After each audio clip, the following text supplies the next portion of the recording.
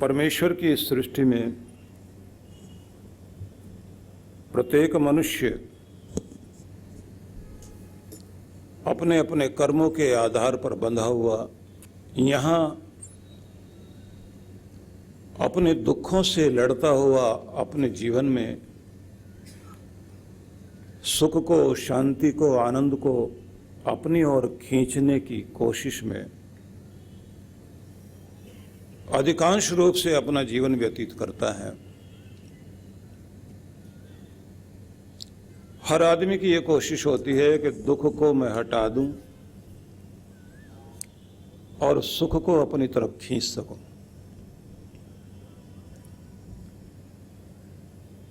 जब पूछा जाए कि सुख और दुख किसे कहा जाना चाहिए,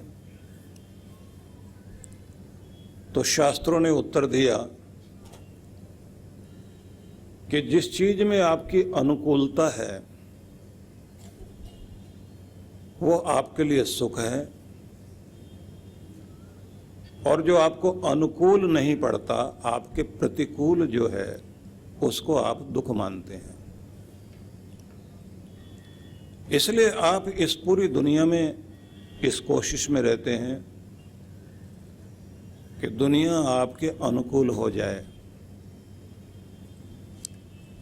आपकी मर्जी से चीजें चलें, आपका मन जैसा चाहता है वैसा हो, मौसम आपके अनुसार होना चाहिए, लोग आपके अनुसार होने चाहिए, सब आपकी बात माने, आपकी मर्जी चले, आपके मन के अनुकूल हो, उसे आप अपना सुख मानते हैं।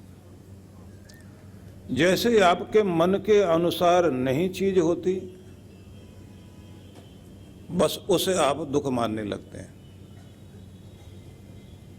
इसलिए हर आदमी दूसरे से कहता है कि तू एडजस्ट कर मेरे अनुसार, मेरे साथ, तुम्हें झुकना चाहिए, मुझे नहीं है, मेरी बात तुम्हें माननी चाहिए, मुझे नहीं है। इसलिए सब लोग एक दूसरे को अपनी तरफ झुकाने में लगे हुए हैं, सब सुनाने में लगे हुए हैं, सुनने को कोई तैयार नहीं। सब दूसरे को सुधारने में लगे हुए हैं, कोई खुद सुधरना नहीं चाहता। दूसरों से मान की अपेक्षा सबको है, लेकिन दूसरे को मान देने के लिए कोई तैयार नहीं। खुद कड़वा बोल देंगे, लेकिन कड़वा सुनना नहीं चाहते। दूसरे का लेकर खुद भूल जाएंगे, लेकिन देना कोई नहीं चाहता। इसलिए सब अपनी मन मर्जी को ही अपनी जिंदगी का सुख मान बैठे हैं, जबकि इस दुनिया का सुख संतुलन में है। जब बैलेंस बनता है, न ज्यादा गर्मी न ज्यादा सर्दी, तो अनुकूलता आते ही, संतुलन बनते ही आप समझते हैं कि मौसम अच्छा है। जहां पति पत्नी में दोनों में विचारों का समन्वय और संतुलन बनता है, वहां कहते हैं अभी तक तो ठीक चल रहा है। दो पार्टनर्स के बीच में जब तक दोनों का समन्वय बना हुआ और दोनों का संतुलन बना हुआ है, कहते हैं पार्टनरशिप ठीक चल रही है। जैसे ही एक व्यक्ति अपनी तरफ खींचना शुरू करता है, संतुलन, बैलेंस बिगड़ना शुरू हो जाता है। बैलेंस जहां बिगड़ना शुरू हुआ, वहीं से दुख आना शुरू हो जाता है। अभी तक तो पार्टनरशिप बहुत अच्छी थी, लेकिन अब तो ठीक नहीं है, ये तो मनमानी करने लग गए हैं। तो हम जो मनमानी करते हैं उसे हम अपना सुख मानते हैं, दूसरा मनमानी करता है, हम उसको दुख मानने लगते हैं। इस कारण पूरी दुनिया में संतुलन न होने के कारण पीड़ाएं हैं, और हर आदमी सुख को अपनी तरफ खींचना चाहता है, दुख को दूर फेंकना चाहता है, लेकिन फिर भी दुख पीछा नहीं छोड़ता, बीमारियां पीछा नहीं छोड़ती, निर्धनता पीछा नहीं छोड़ती। आदमी पूरी ताकत लगाता है कि बहुत कमाएं, लेकिन उसके बाद भी जब बरकत नहीं पड़ती, मतलब यह है कि उसके खर्चे, उसकी आवश्यकताएं इतनी हो जाती हैं कि वो कितना भी कमा ले तो भी उसको लगता है कि अभी तो बात नहीं बन पा रही। ये सारी चीजें जब हम लोग अपने जीवन में देखते हैं तो इसको मानते हैं कि हमारा जीवन संतुलन से बाहर आ रहा है। और जैसे ही ये संतुलन बिगड़ने लगता है, जीवन का दुख बढ़ने लगता है। तो इसलिए पूरी दुनिया में आप देखेंगे कि जितने भी जीव दुनिया में जीते हैं, जितने भी प्राणी दुनिया के हैं, सब दुख से बचना चाहते हैं और सुखी सब होना चाहते हैं। तो सबसे पहली बात हमें यह समझ आई कि समन्वय मतलब तालमेल, एडजस्टमेंट और संतुलन, ये आपका सुख बढ़ाता है। जैसे बैलेंस बिगड़ता है, समन्वय बिगड़ता है, वहीं से दुख शुरू हो जाता है। समन्वय बनाने के लिए, संतुलन बनाने के लिए, तालमेल मिलाने के लिए थोड़ा थोड़ा झुकना होता है, थोड़ा थोड़ा कहीं आपको तनना होता है। जिस प्रकार से आप सितार के तार को मिलाते हैं, ढीले तारों को कस लेते हैं, ज़्यादा कसे हुए तारों को आप ढीला करते हैं, तो ट्यून होते ही संगीत वीणा से, सितार से बाहर आने लगता है। जीवन का संगीत भी तभी बाहर आता है जब आप खुद को ट्यून करते हैं, जिंदगी के साज को या अपने मन के साज को।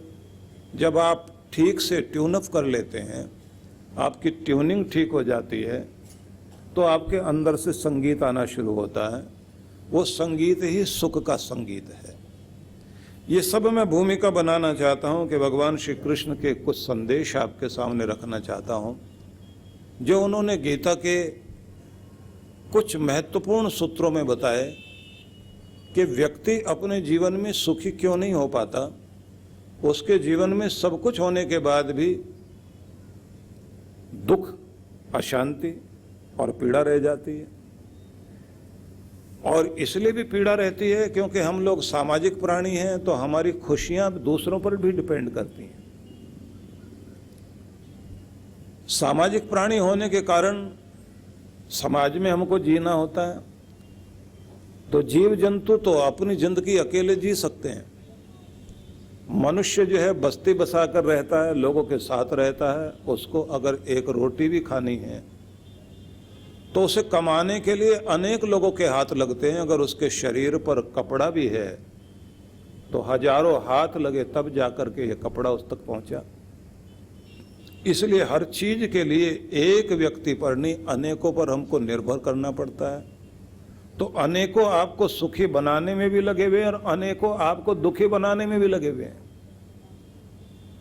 इसलिए सामाजिक जीवन में बड़े बड़े चिंतक लोगों ने ये लिख दिया कि आपका 60% अगर आपके कर्म के कारण, आपकी योग्यता के कारण सुख मिल रहा है, तो आपका लोक व्यवहार, पब्लिक रिलेशन अगर आपका अच्छा नहीं है तो 40% सुख दुख आपका इस बात पर भी निर्भर करता है कि आपका लोक व्यवहार कैसा है, सामाजिक व्यवहार आपका कैसा है, पब्लिक रिलेशन आपकी कैसी है, आप अपने संबंधों को निभाते कैसे हैं। क्योंकि आपके संबंधी जब आपसे नाराज हो जाते हैं तो फिर वो आपको दुखी करने के लिए जो कुछ करते हैं, आप अपनी प्रगति भूल जाते हैं।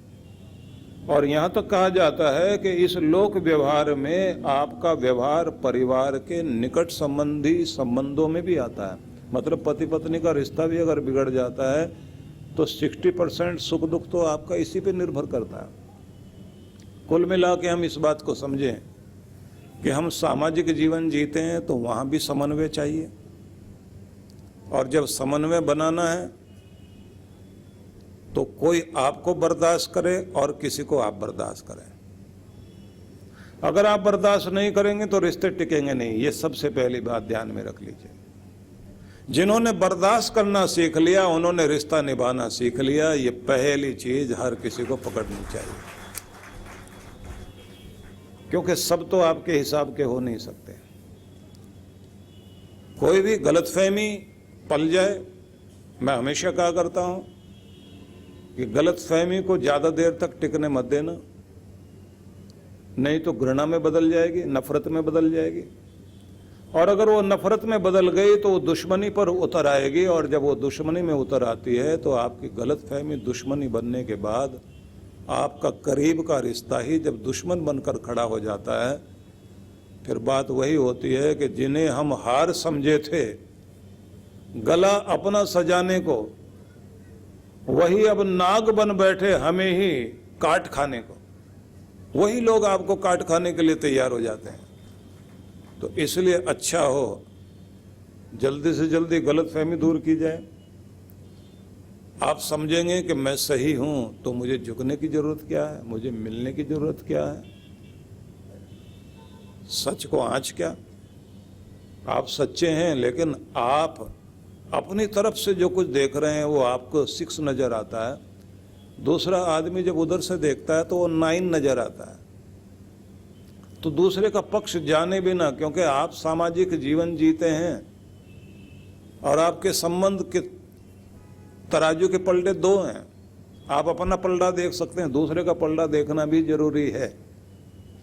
तो कुल मिलाकर हम इस बात को समझें कि आपको गलतफहमियां दूर करनी बहुत आवश्यक है। रिश्ते अपने निभाने हैं। आप सोचेंगे क्या क्या करना पड़ेगा हमें जिंदगी में। छोटी सी जिंदगी है, किस किस के आगे झुकें, किस किस को मनाएं। हृदय में पवित्रता और प्रेम लेकर सबके सामने अपनी बात को इस तरह से जरूर रखिए, रिश्ता भी टिके, आपका प्रेम भी बढ़े। बड़ी बात ये, आप कितने भी बड़े क्यों ना हो, घर में जब आप प्रवेश करते हैं तो आपको उस तरह मिलना होगा जैसे आपके हाथों की उंगलियां कोई बहुत बड़ी कोई बहुत छोटी, लेकिन जब कोई चीज पकड़नी होती है तो किसी को तनना पड़ता है, किसी को झुकना पड़ता है, तब जाकर के आपकी सारी उंगलियां एक जगह आती हैं और तब चीजें पकड़ में आया करती हैं। अगर दुनिया में सुख पकड़ना चाहते हैं तो थोड़ा सा झुक जाइए, छोटे हैं तो तन जाइए, अर्थात सब मिल जाइए तो सुख पकड़ पाओगे। इसलिए बहू को, सास को, ननद को, भाभी को, सबको ही कहीं ना कहीं एक उस पॉइंट पर आना पड़ेगा जहां से खुशी पकड़ी जाती है। आपका हाथ आपको सिखाता है। और ये बात जरूर समझ लेना कि ये सारी उंगलियां मिलकर एक जगह झुककर आ भी जाएं तो विश्वास है अंगूठा, ये बहुत जरूरी है। जब तक ये नहीं मिलेगा ये सारी उंगलियां बेकार हैं। इसी को धर्म कहते हैं। आपका धर्म, आपका कर्तव्य, आपकी निष्ठा, आपका विश्वास जरूर होना चाहिए बीच में। बिना अंगूठे के आपके सारी उंगलियां बेकार, आपका सारा कर्म बेकार। आपके घर में धर्म, आपके घर में विश्वास, आपके रिश्तों में विश्वास, आपके व्यवहार में विश्वास, इसी को हमारे यहाँ धर्म कहा गया। ये हर एक से जा के मिलेगा, छोटे से भी, बड़े से भी, सबसे। अंगूठे को सबसे मिलना होता है और सबको इससे मिलना होता है।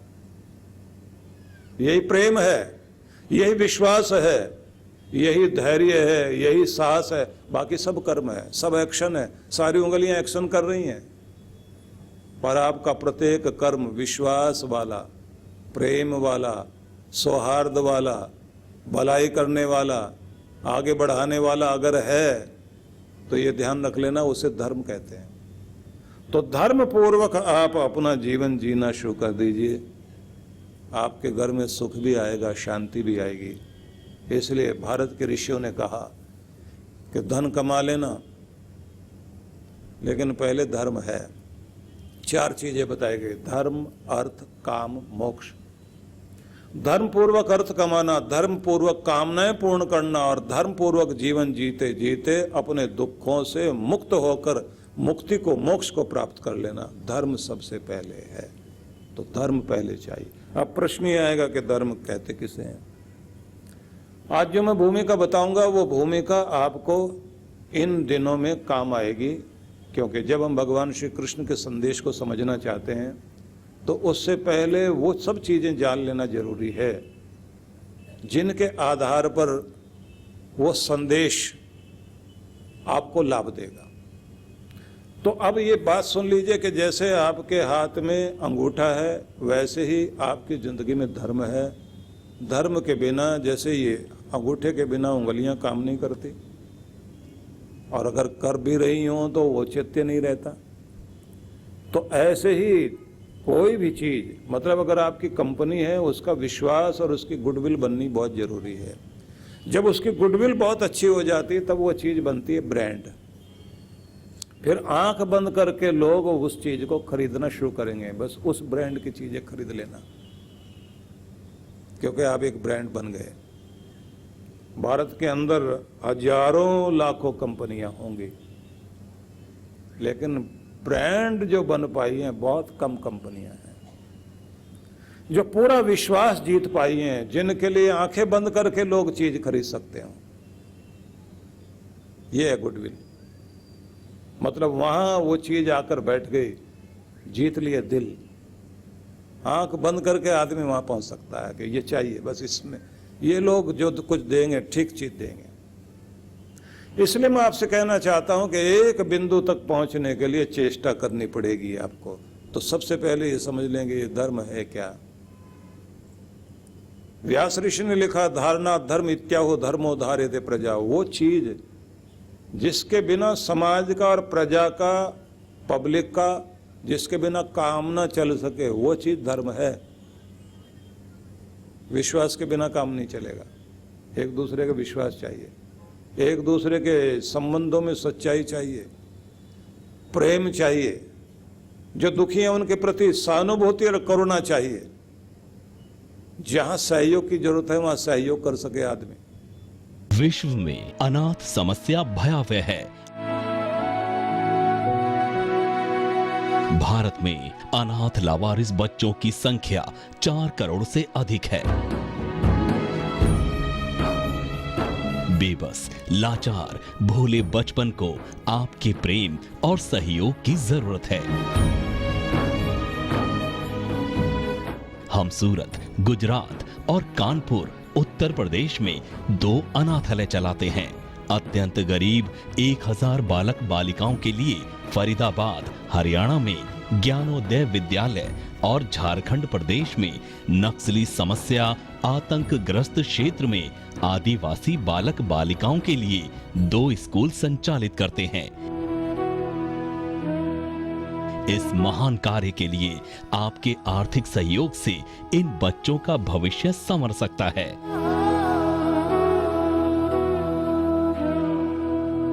यदि आप विश्व जागृति मिशन की इन बाल विकास योजनाओं से जुड़ना चाहते हैं तो संपर्क करें।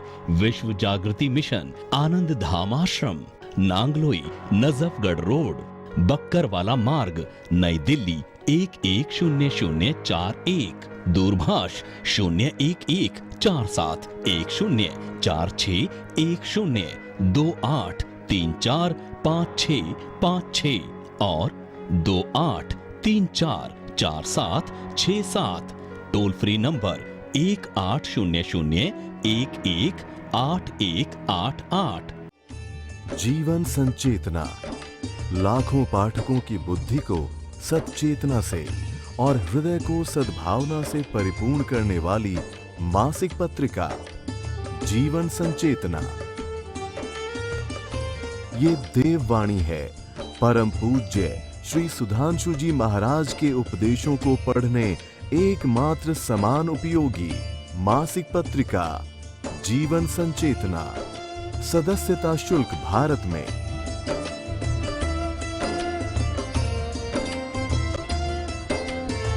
सदस्यता शुल्क विदेश में।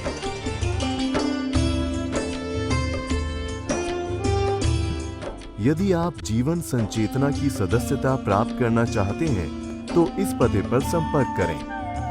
विश्व जागृति मिशन, आनंद धाम आश्रम, नांगलोई, नजफगढ़ रोड, बक्करवाला मार्ग, नई दिल्ली